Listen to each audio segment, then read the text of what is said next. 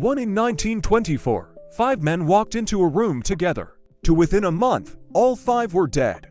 3 before they died, they screamed at things that weren't there. 4 workers started calling the place where they worked something else. 5 they called it the loony gas building. 6 because everyone who worked inside it eventually went insane. 7 some ran through the factory floor, convinced insects were crawling on their skin. 8 one man had to be strapped down to a hospital bed. 9 by the time it was over, dozens were dead. 10 hundreds more were poisoned for life. 11 and the company running the plant did not shut it down. 12 it kept running. It just changed the shift schedule.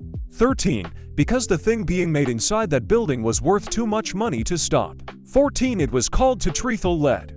15 and it was about to go into the fuel tank of your car. 16 this starts with a sound, or rather, the absence of one. 17 in the early 1920s, car engines had a problem.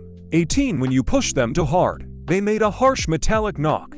19 engineers called it engine knock. It wasted fuel and wrecked engines over time. 20 car companies were racing each other to fix it first.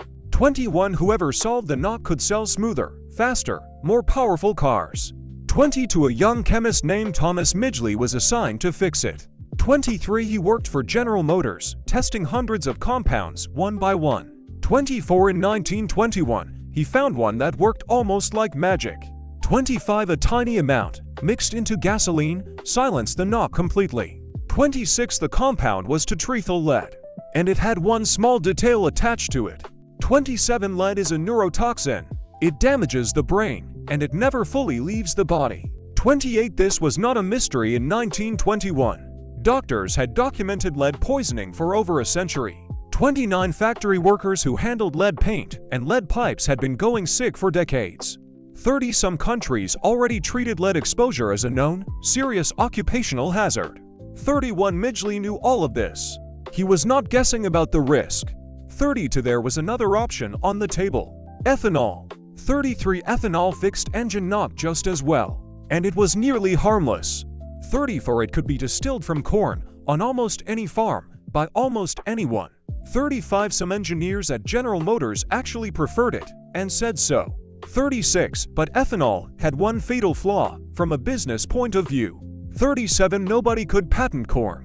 Nobody could own the formula. 38 Tetraethyl lead was different.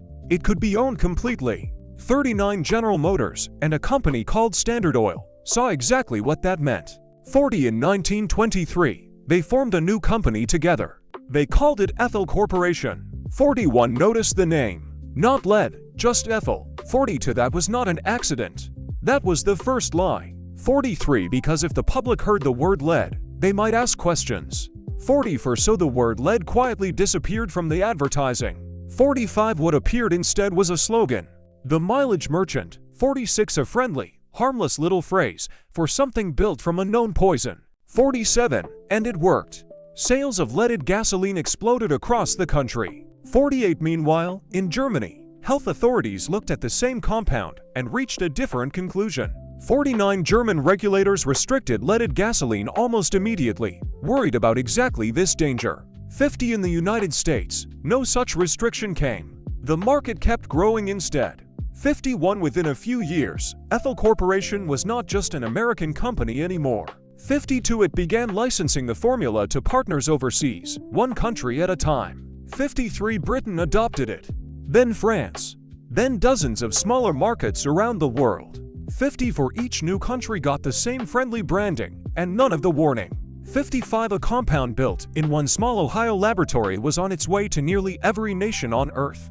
56 the company built its main production plant in Dayton, Ohio. 57 a quiet, ordinary American city. Family homes. Church bells. Main Street. 58 and now, at its edge, a factory quietly filling the air with lead vapor. 59 workers inside started getting sick almost immediately. 60 tremors first. Then confusion. Then hallucinations.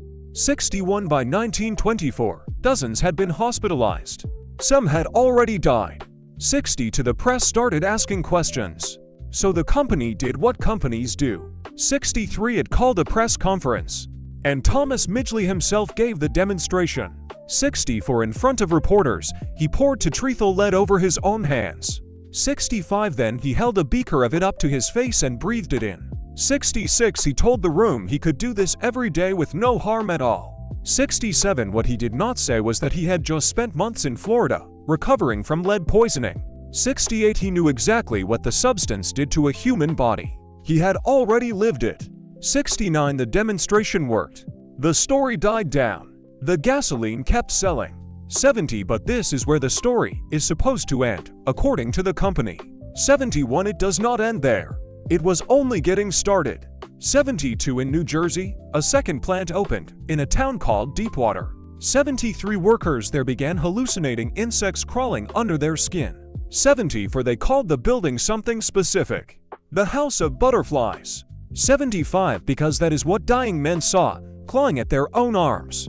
76 5 men died there in a single year. 35 more were permanently disabled. 77 families in the town were left with no explanation and no compensation. 78 the state of New Jersey briefly banned the sale of leaded gasoline. 79 so did New York City. So did the city of Philadelphia. 80 for a moment, it looked like the story was actually going to stop. 81 then the U.S.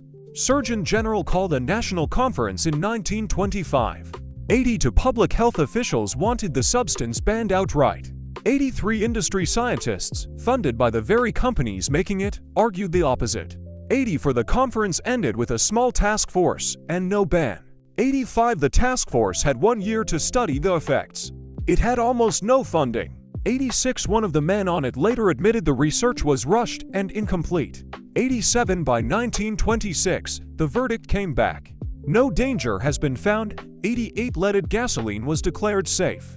It went back on sale everywhere. 89, but that verdict did not come from nowhere. One man, quietly, made sure of it. 90 his name was Robert Kehoe, a toxicologist funded almost entirely by the industry itself.